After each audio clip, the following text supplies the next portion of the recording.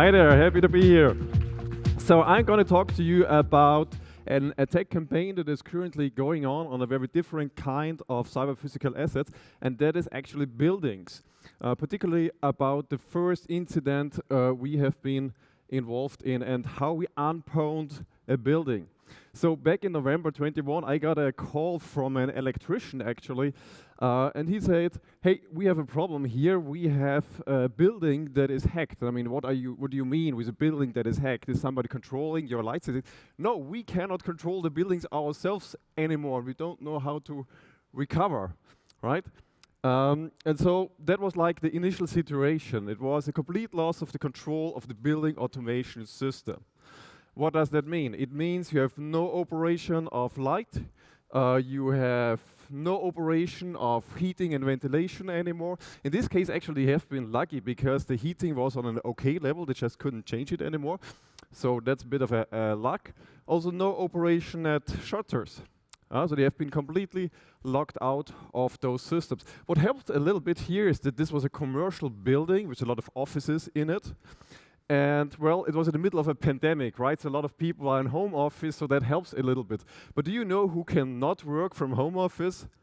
A dentist. Yeah? So one of the rooms rented there was actually rented out to a dentist, and the instruments from the dentist, they actually rely on compressed air, and this compressed air was also controlled with a building automation system. So this is one like of the typical cases where there are dependencies that you wouldn't think of in the first place, right?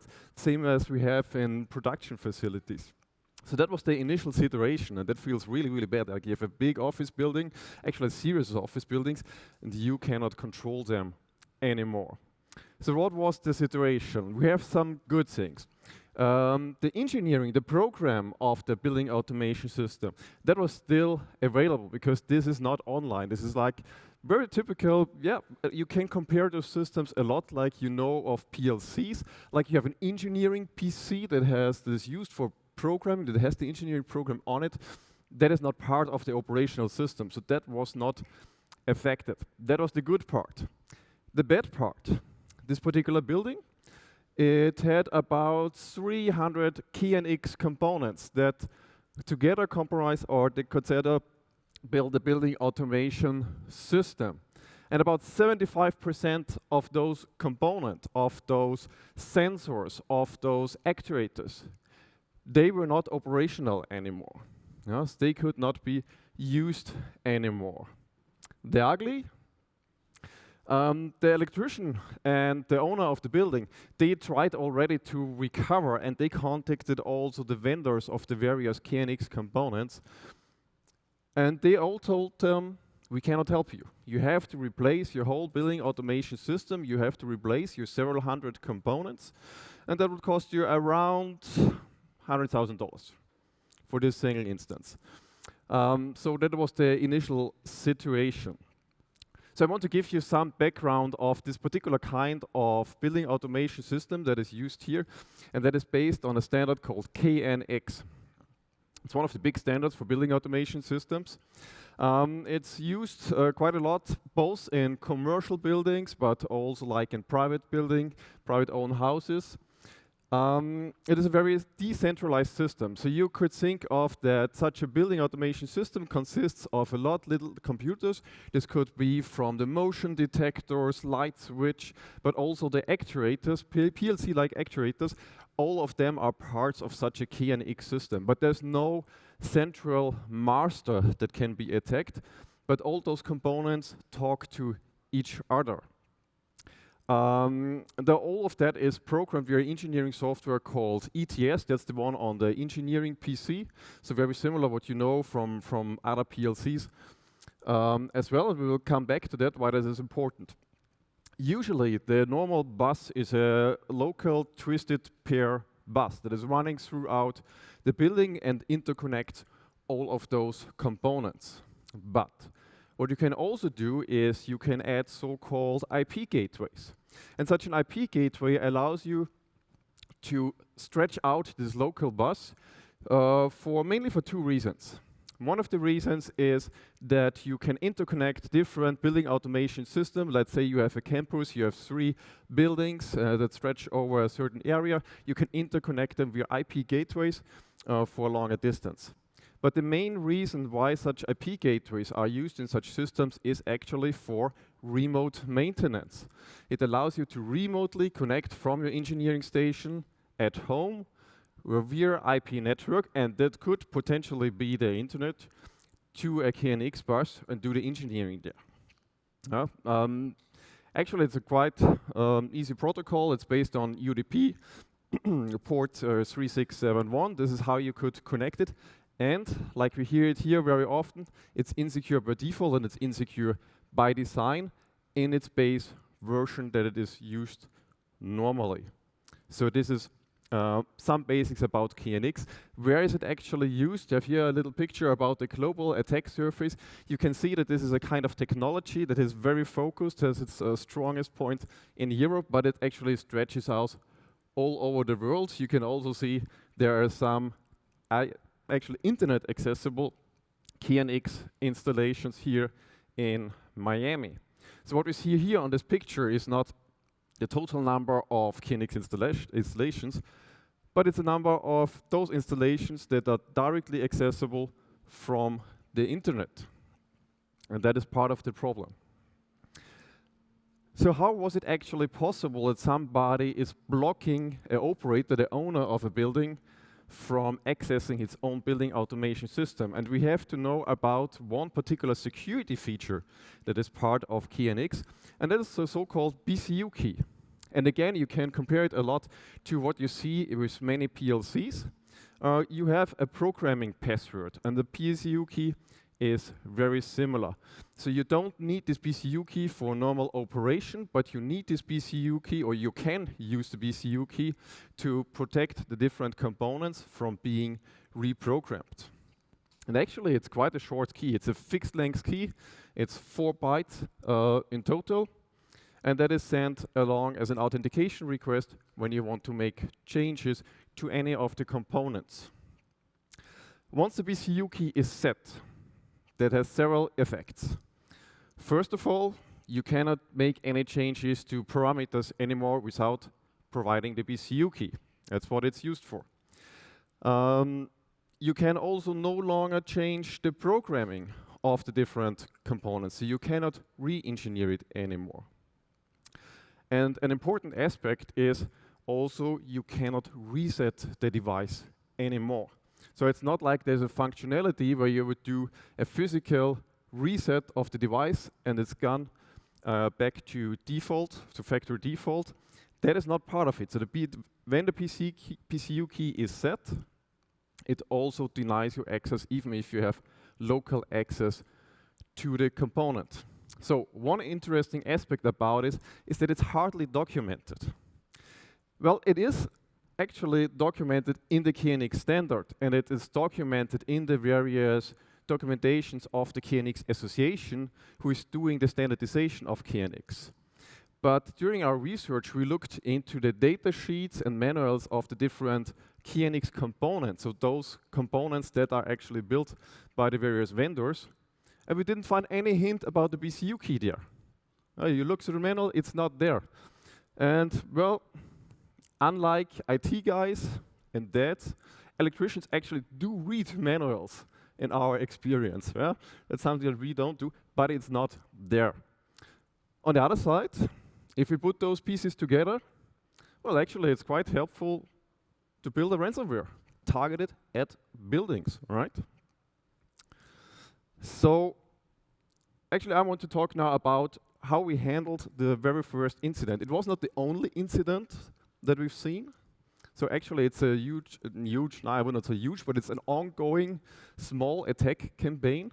So we still see buildings affected now and then. So it's still going on. So but let's start with this first incident where we got this call from the electrician. So basically we started with very little knowledge about what is going on. So we needed to build up our theory step by step. And our working theory was that the IP gateway was directly connected to the internet, was directly accessible from the internet, and we got the confirmation that that was actually the case by the electrician from this building. So probably somebody found this IP gateway either by doing a network sweep or network scan over the internet, or by just looking it up with Shodan or any other search engine, right? You will find it there as well. Next step, enumerated the KNX bus. So you can do that once you connect to this IP gateway. You can enumerate what kind of devices and what devices are in this particular installation, so to find those several hundred KNX components. Once the attacker identifies which components are there, and there's no protection set, the attacker can now, and actually not by creating any highly sophisticated malware, but by using the default engineering software, can start to unload the components, remove the programming from the components, so that they don't fulfill the functionality anymore. And second of all, set this Bcu key. And that would have then the effect that we are seeing, right? So the building is not functioning anymore as expected. If you switch the light switch, light is not going on. If you want to operate the shutters, nothing is going on. So that would be the expected outcome. Now, normally, everything that the electrician needs to do is start up the engineering software and download the actual application again. But the Bcu key is denying you from doing that. If you don't know the Bcu key and the attacker has set a random Bcu key, you cannot do that anymore. So that is the situation that we have here. So we had the electrician send us several of the affected components. And this is what they look like actually. So on the top right here, you see a typical light switch. On the bottom right, you see a motion detector. So that would be like the sensors of such a network. And on the left side, there are two actuators. So those are the ones that actually control the flow of power, for example. So what we didn't know yet is if the Bcu key that was set is actually one for the whole installation, or in theory it could also be one per component. And that would make the incident resolution much more difficult. So this is something that we did not know yet.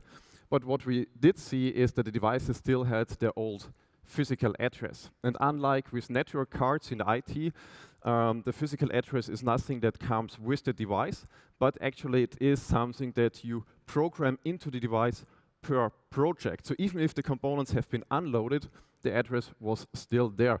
And that becomes important in later steps of the incident handling actually.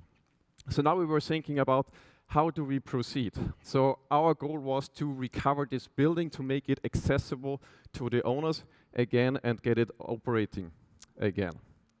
So we came up with different theories and different tactics what to do here. Some of them were less promising, and one of the less promising is brute force. So thanks for everybody who took part in the poll about how long would it take to actually online brute force. We don't have any hash or something like that to online brute force such a 4-byte hash. And to be honest, most of you have been far off, right? So actually out of 42 people that participated in the poll, only 5 took one of the longer options with many hours or even years.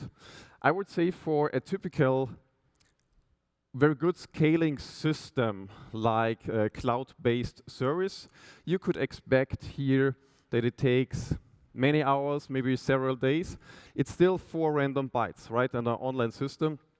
That is about 4 billion different combinations that you have. But one issue that we have here, the way that we could online brute force it, is via the KNX bus. And that is a very slow bus. So we have here speeds of about 9,100 baud, and then correlates roughly 4 to 9, 10, maybe if you're lucky, 11 keys per second that you can try. That for 4 billion keys it's about 13 years if you really need to try all the keys. Let's say you're lucky, get it in the first half, still a few years. So that was not our best option to get the key. We were also thinking about like not using the KNX buds, but going directly into the CPU with certain interfaces like UART, but still not our first choice because it will still not scale good enough to be successful with a brute force attack. So another thing that we came up was maybe we can circumvent actually the Bcu key. Well, it may be that from time to time, ICS components have certain vulnerabilities that can be used to circumvent authentication. We might have heard of one or two cases. So we were hoping that this was the case also here. So we tried our luck with some small vulnerability testing and see if we find a functionality that would allow us outside the KNX specification to get around the Bcu key and still be able to reset the devices. So we tried some simple fuzzing, looking for any interfaces that could be used without authentication. But again, we haven't been lucky with that, and we didn't want to use more time to do very deep vulnerability testing on this component. So we need to come up with other options to do it.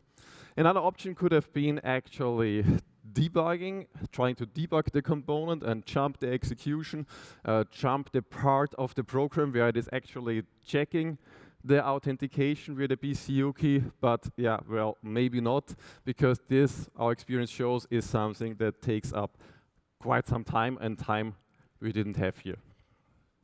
So, what was the more promising solution? So, our idea was the Bcu key has to be in those several hundred devices that are affected by the attack.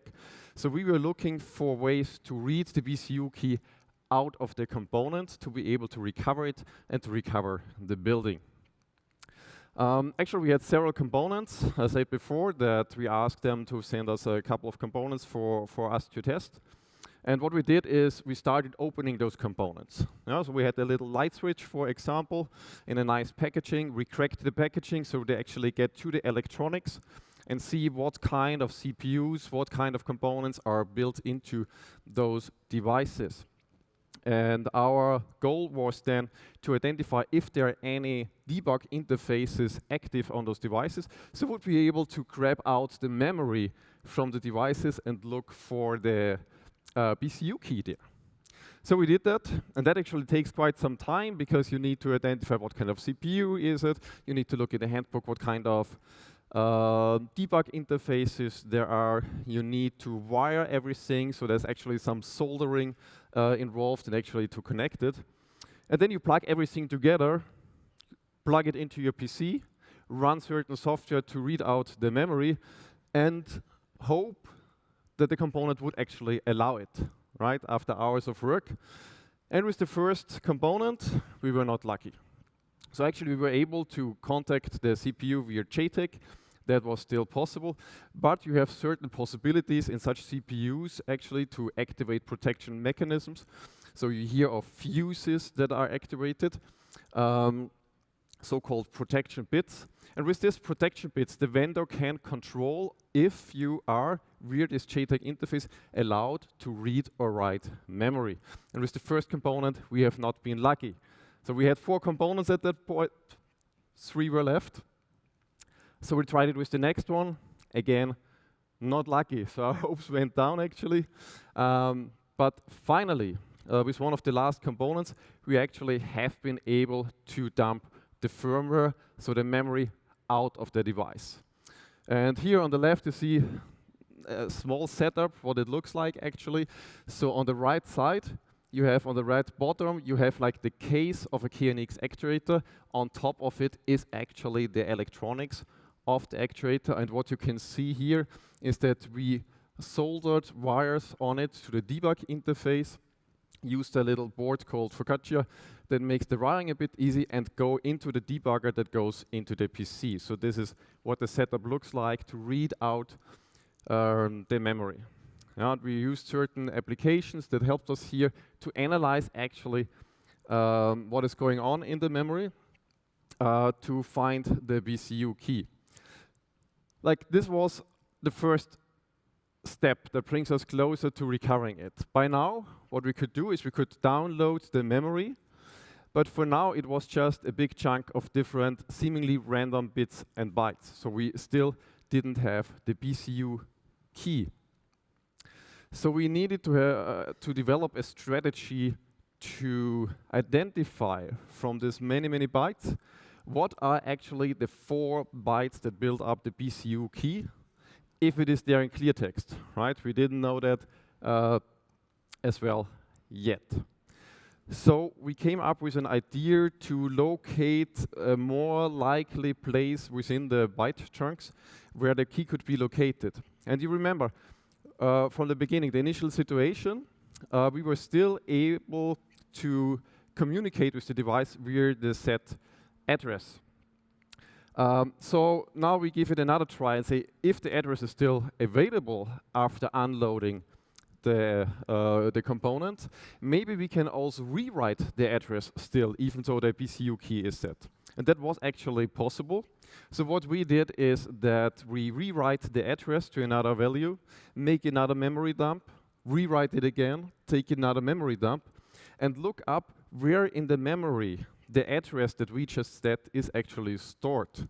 So our theory was that probably if this is the area where the information is written to, the Bcu key will also be close to it. So we just looked for different patterns of what could be like the 4-byte key that is close to the address that we set, but we have not been immediately lucky. That was not that easy. But what we could do now is to actually combine different methods and different strategies that we had before. Because, well, before we said brute forcing is not our favorite strategy because there are 4 billion different combinations of the Bcu key.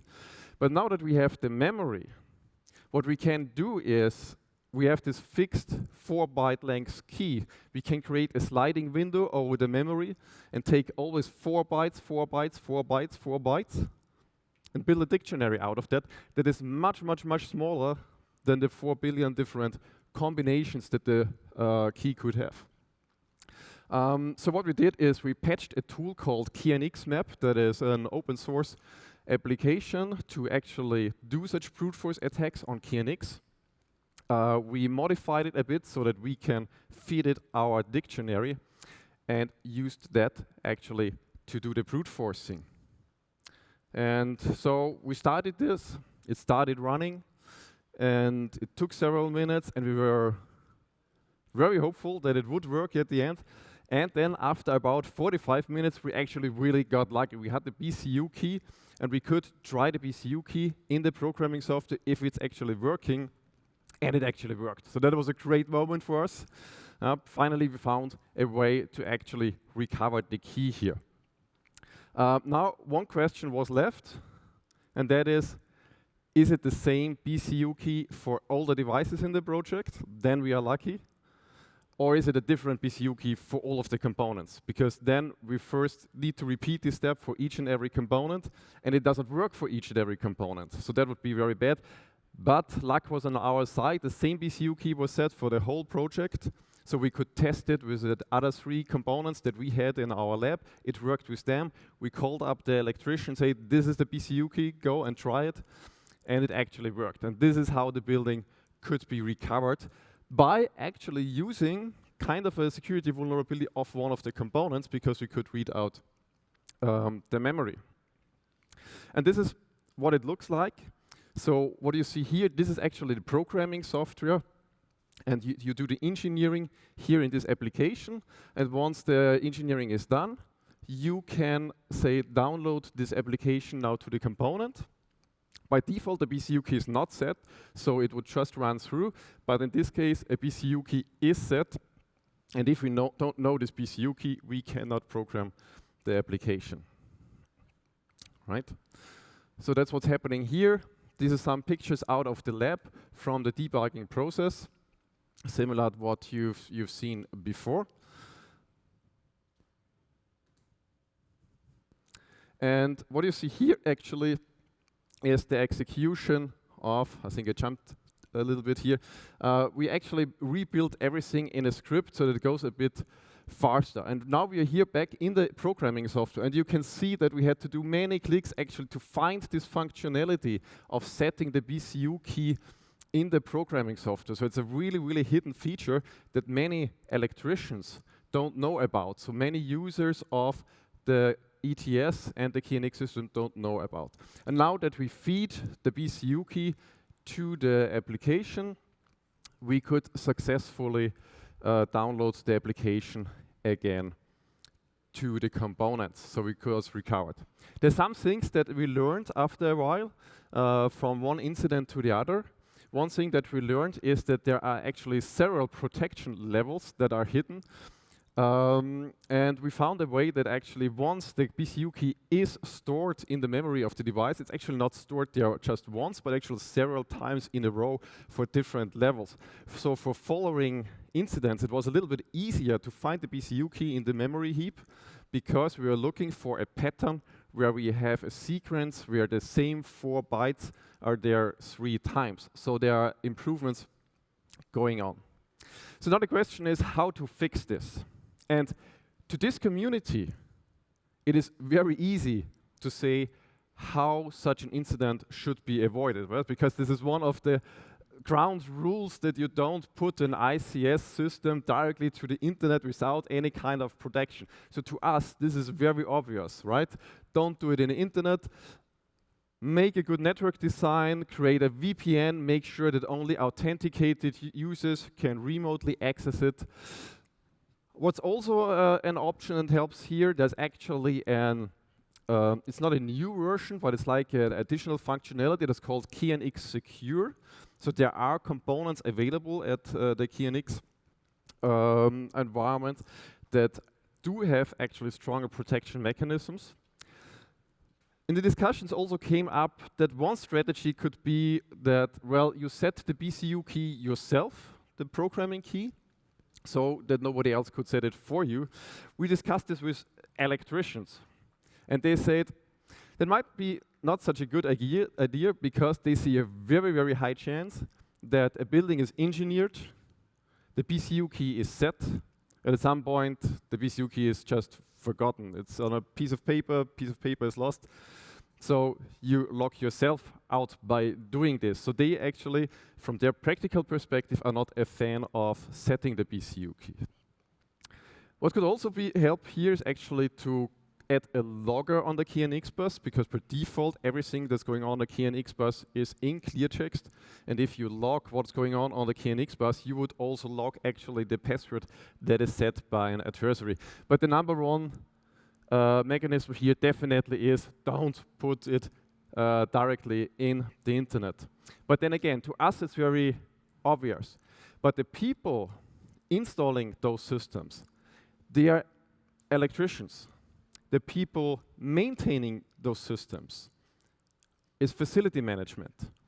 And they are very, very often not included in any kind of risk management, in security initiatives. They very often are under the radar. They don't have this kind of knowledge that we have about networking, about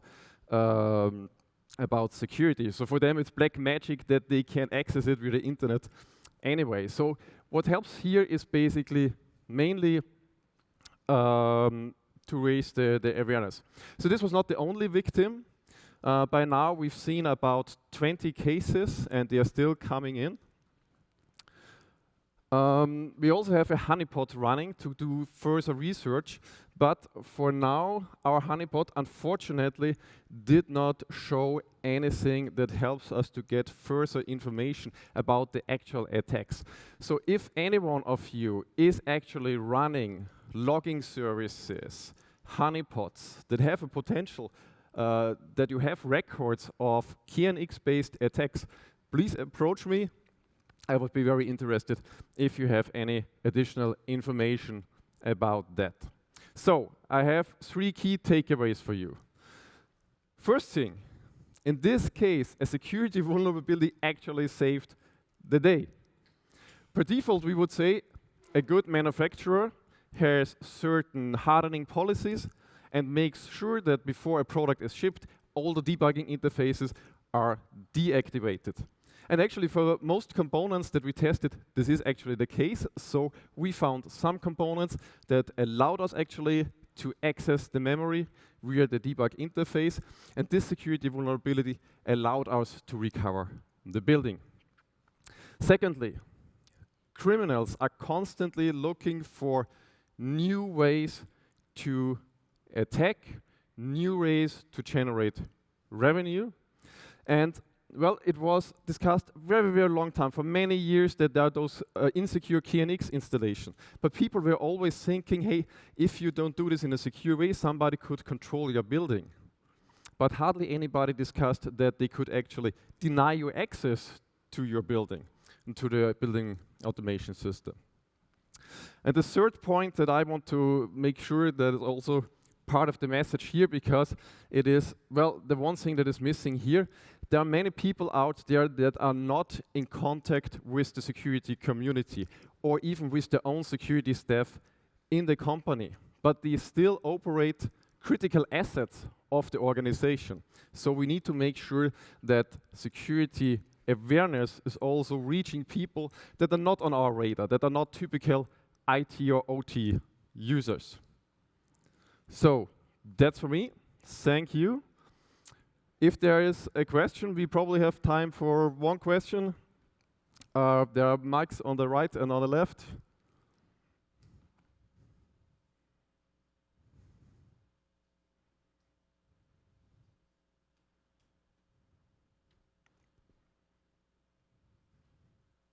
All right, if any questions arise, you can grab me anytime. Happy to discuss. Thank you.